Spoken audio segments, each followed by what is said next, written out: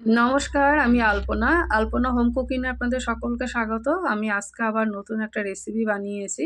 এই রেসিপিটা দেখানোর আগে আপনাদের কাছে আমার ছোট্ট একটা রিকোয়েস্ট, যারা আমার চ্যানেলটাকে দেখেননি এবং সাবস্ক্রাইব করেননি, তারা সাবস্ক্রাইব করে দিয়ে পাশে থেকে চ্যানেলটাকে এগিয়ে নেওয়ার জন্য সাহায্য করবেন।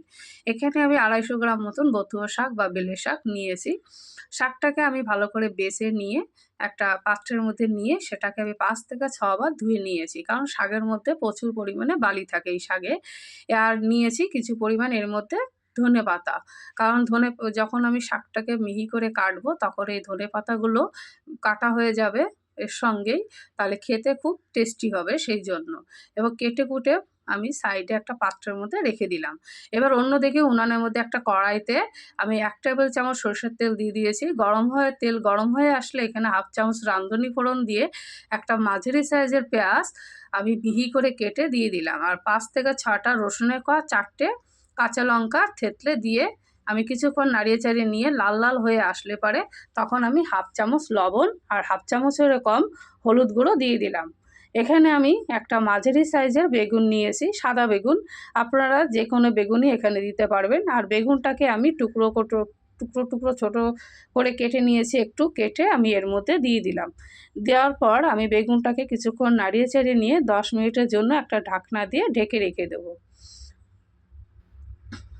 ১০ মিনিট পর ঢাকনা তোলা হয়ে গেলে আমার বেগুনটা মোটামুটি সিদ্ধ হয়ে গেছে এবং কিছুটা ভাজাও হয়ে গেছে এবং দেখুন আমার কতটা সুন্দর হয়েছে কালারটাও। এবার আমি এর মধ্যে সেই আগে থেকে ধুয়ে রাখা শাকগুলো আমি সবগুলো দিয়ে দিলাম এর মধ্যে। দিয়ে আমি চামচ দিয়ে ভালো করে নাড়িয়ে-চাড়িয়ে নিয়ে নেব শাক এবং বেগুনগুলো। নাড়াচাড়া হয়ে যাওয়ার পর আমি এখানে আবার ১০ মিনিটের জন্য একটা ঢাকনা দিয়ে ঢেকে রেখে দিয়ে দেবো।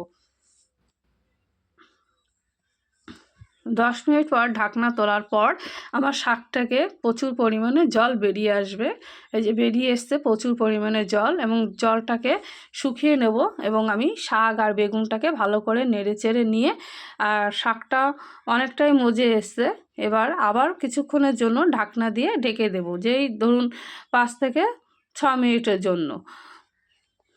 এই যে ৬ মিনিট পর আমার শাকটা মোটামুটি সিদ্ধ হয়ে গেছে আর ঝোলটাও অনেকটা শুকিয়ে গেছে। এবার ঢাকনা না দিয়ে শাকটাকে আমি রান্না করে নেব।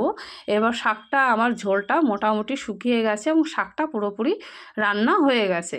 এইভাবে বেগুন দিয়ে আপনারা বথুয়া শাক বা বেলে শাক রান্না করে খেয়ে দেখুন, খেতে খুব টেস্টি হয়। এটা গরম ভাতের সঙ্গে খেতে খুব মজা হয়।